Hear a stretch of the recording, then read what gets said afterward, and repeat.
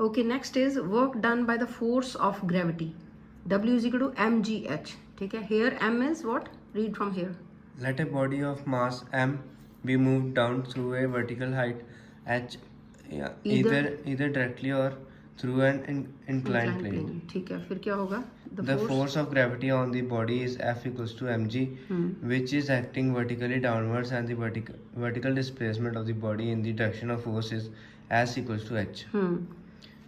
So work done. Therefore, the work done by the force of gravity on the body is work equals to force into displacement equals to mgh. mgh कैसे हुआ work? पहले हमने पीछे किया था ना कि वर्क क्या होता है, फोर्स इनटू डिस्प्लेसमेंट. ठीक है, तो अब mgh कैसे हुआ? क्योंकि फोर्स जो है, here force is equal to mg. mg क्या है? Mass of the body, and g is the gravity.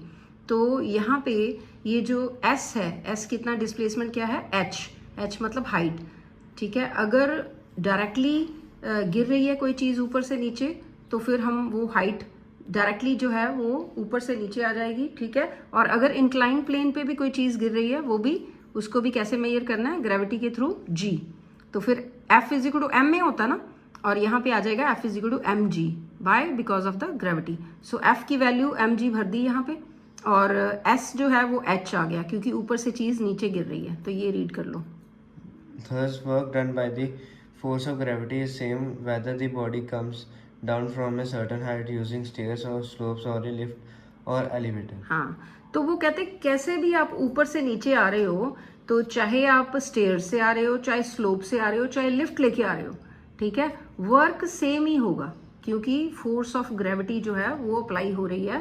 तो whether the body comes from any of these three things, the work is the same.